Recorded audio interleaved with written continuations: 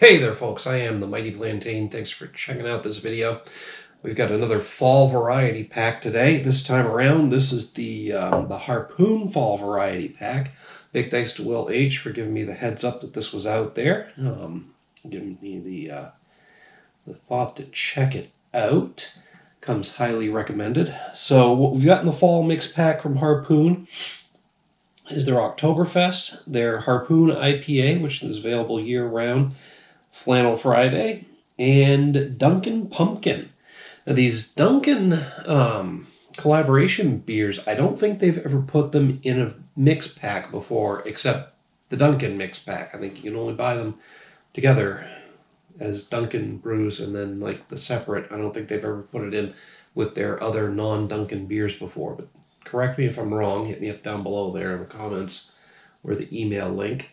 I think what we're going to do is we're going to start with the Dunkin Pumpkin, and then we're going to do the Octoberfest, because I think the Octoberfest is going to be a little darker than the Dunkin Pumpkin.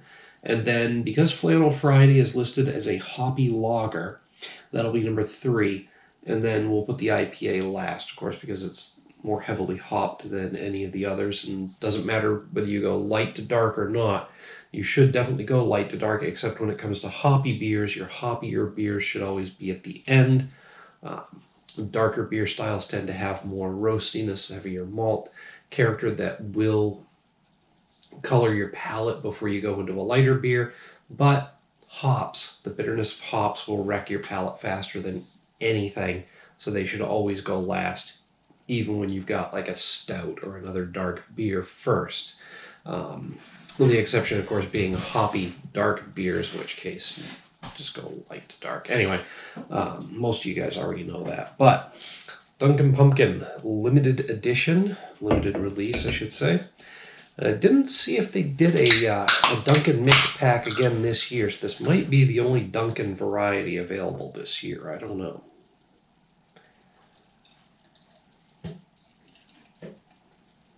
It's kind of what we've come to expect from this beer. Nice orangey colored, very hazy beer.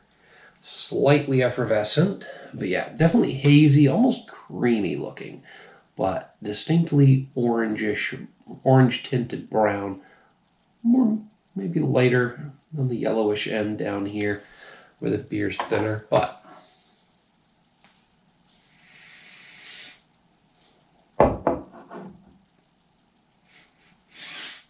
overall a pumpkin-y aroma, like an almost roasty pumpkin aroma.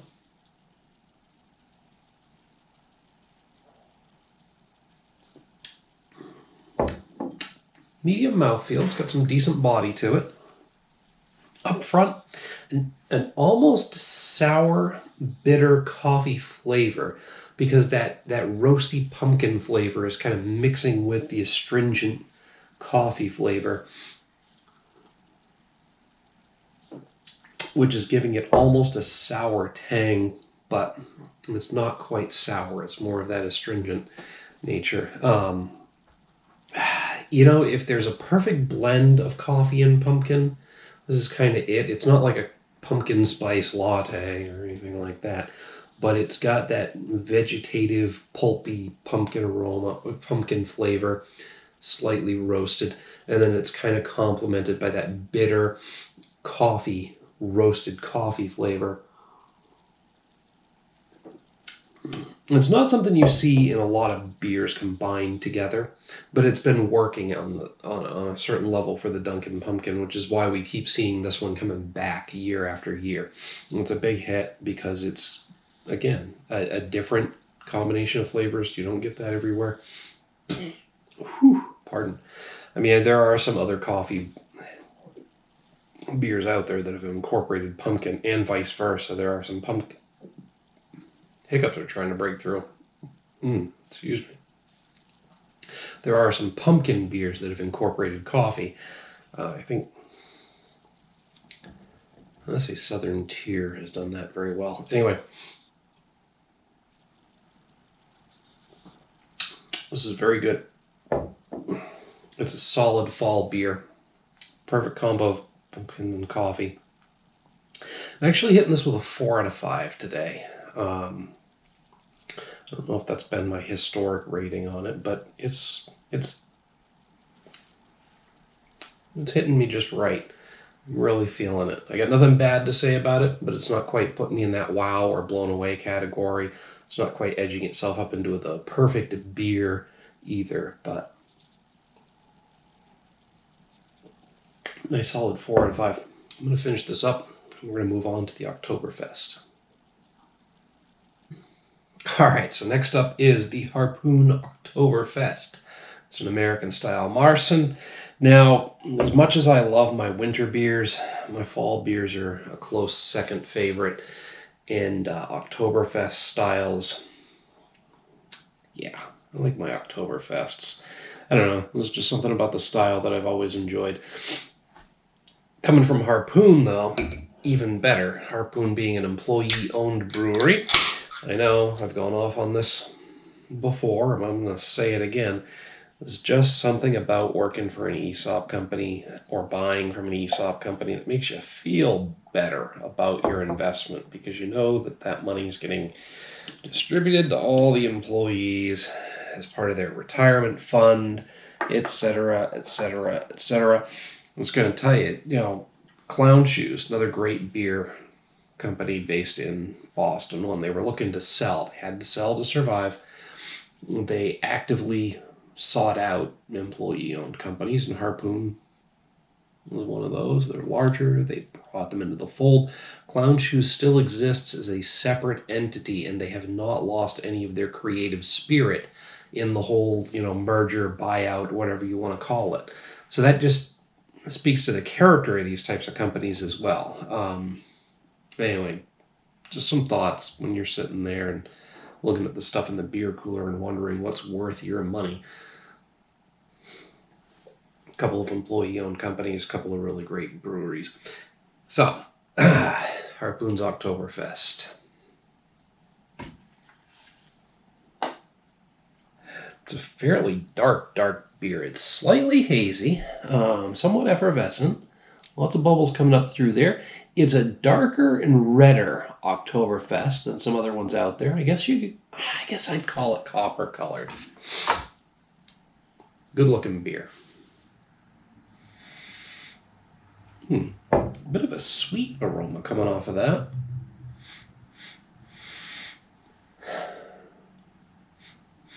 Yeah, mostly a hint of that roasty sweetness that you get from some of those medium dark colored roasted grains.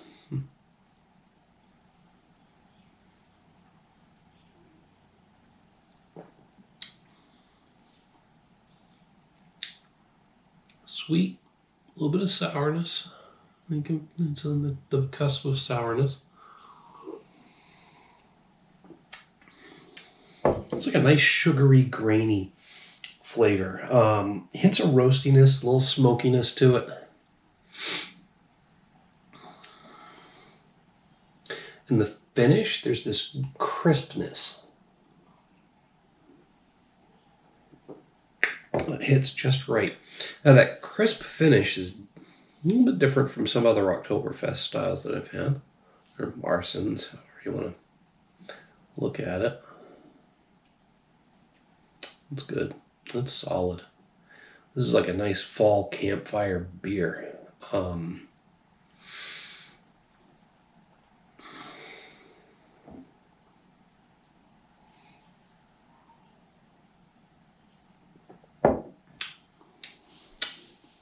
Yeah, just that sweet, roasty maltiness. Maybe just a touch of hoppy bitterness in there in the mid. Yeah, just a nice crisp finish, evocative of a smoky fall burning pile of leaves.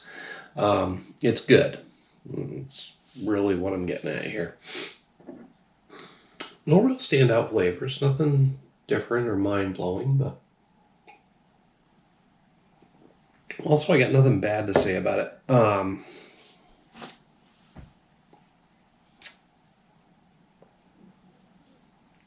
think I'm going to hit this one with a 4.5 out of 5. I might just be feeling the Oktoberfests tonight, but yeah, it's almost getting that perfect beer reaction, that perfect wow, perfectly balanced yardstick style rating, but I think I'm holding it back just a little bit from that. I'm putting it at a 4.5. Pardon. Which isn't to say I have anything bad to say about it. There's nothing that's costing it any points or anything. I'm just not quite ready to put it at that perfect 5 out of 5 right now. But it's as close as it can get. So I'm going to finish this up and we'll move on to Flannel Friday. Alright, the next one up is Flannel Friday, which is listed as a Hoppy Amber. Pardon. 5.7% ABV. Whoops. That's a little heavier than I thought. But not too bad. Now this one holds a bit of a special place for my heart. I mentioned the whole employee-owned thing. I happen to work for an employee-owned company myself, and we're at a regional conference for New England, and it was in Portland, Maine, which made it fairly easy for my company to send people to. There were some folks from Harpoon, and Flannel Friday had just launched that week so that it was available at the hotel bar at the place where the conference was. So I got to try Flannel Friday before it actually made its way into the stores, apparently.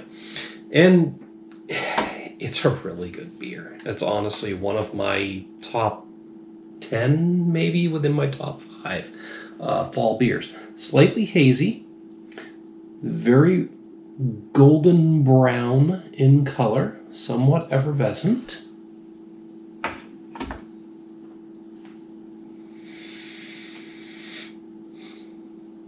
A little bit of a slight hoppy bitterness in the aroma, but mostly just this odd crispness in an overall fall evocative aroma. It just smells fresh and crisp. There you go.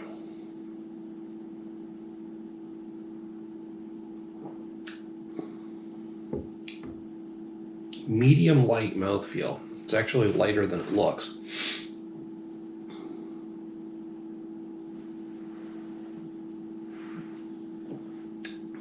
Up front, just a nice, slightly sweet, roasty, and it's evocative of fall spices, but it's got this almost like burning leaves character to it.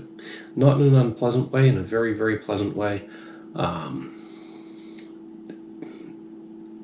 Sweet, roasty, malty backbone to it that fades into this generalized hoppy bitterness. I'm getting hints of earthiness and fresh cut grass. So earthy and grassy notes. Maybe a slight floral finish, but definitely just a very complex yet not underrated, complex but not overwhelming. Very subtle hop profile. It doesn't interfere with the malt character. It just kind of blends with it.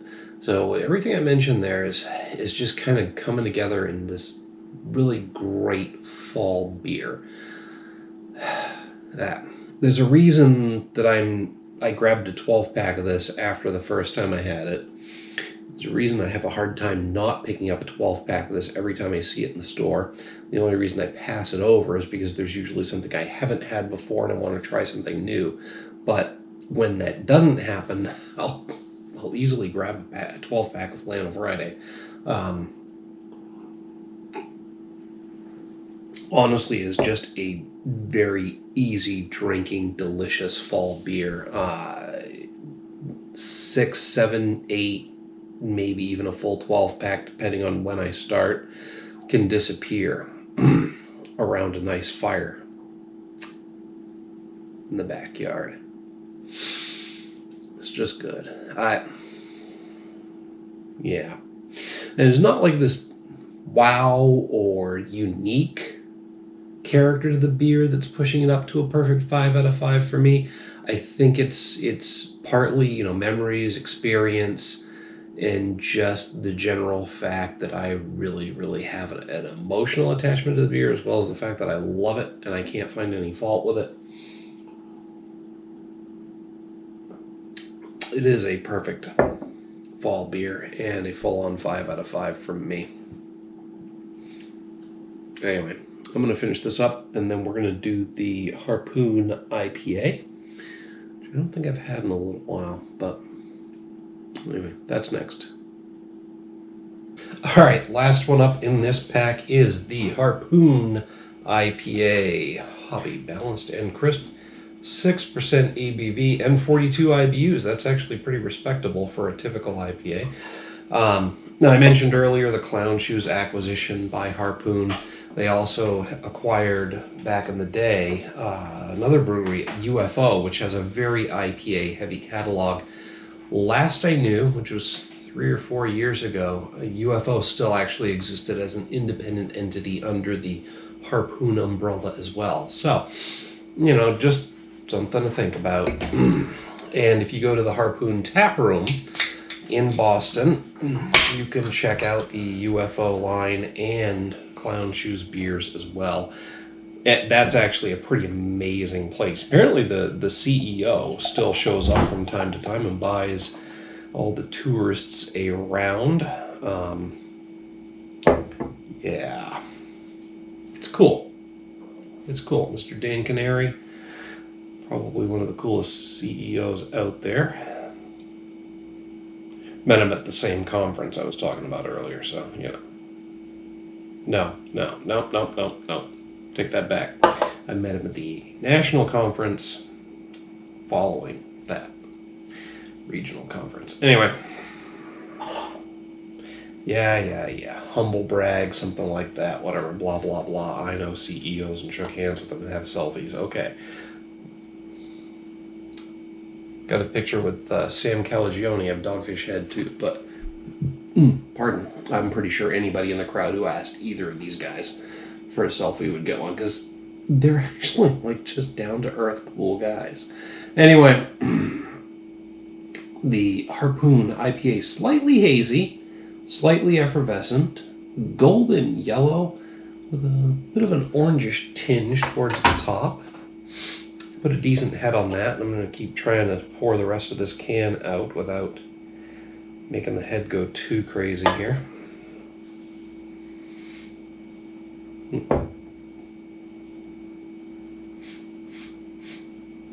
It's a general hoppy aroma. Be a hint of citrus, hint of pine. A couple of my two. I'm pretty much mostly keyed towards those two, citrus and pine, so I'm going to pick them up on anything.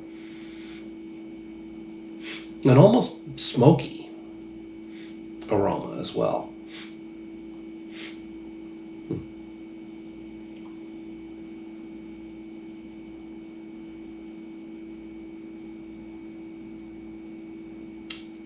Nice medium mouthfeel. It's an IPA with some body to it. Now, maybe it's the influence of some of these fall beers with the sweetness, but up front there's a hint of sweetness to this one.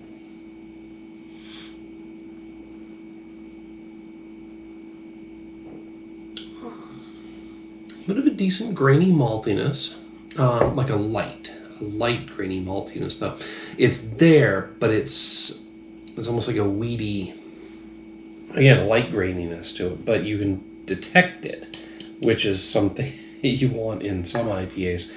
Some of them, it's all just a big mouthful of hops. At least here you can taste the maltiness, the grain bill, the backbone to the beer. And then it kind of slowly gives way to this overall hoppy bitterness. Hints of citrus and pine. There's a definite earthiness, a little bit of floral, some grassiness and even hints of dankness in there. It's a nice, well-balanced hop profile. Again, up front I'm getting an overall, up front in the hop profile after the maltiness of the beer, I'm getting an overall just hoppy bitterness, but it resolves itself into those main yet distinct hoppy esters. So that's nice. I'm getting all of them, and at least to some degree I can detect them in there. Not any particular one coming forward or smacking me in the face or anything, but it's all just kind of there. This is a really nice, well-rounded IPA. It's not too much, not too little. It's not hitting you in the face. It's just kind of there. And again, nice malt character with the distinct hoppy esters and a nice profile. They're all there.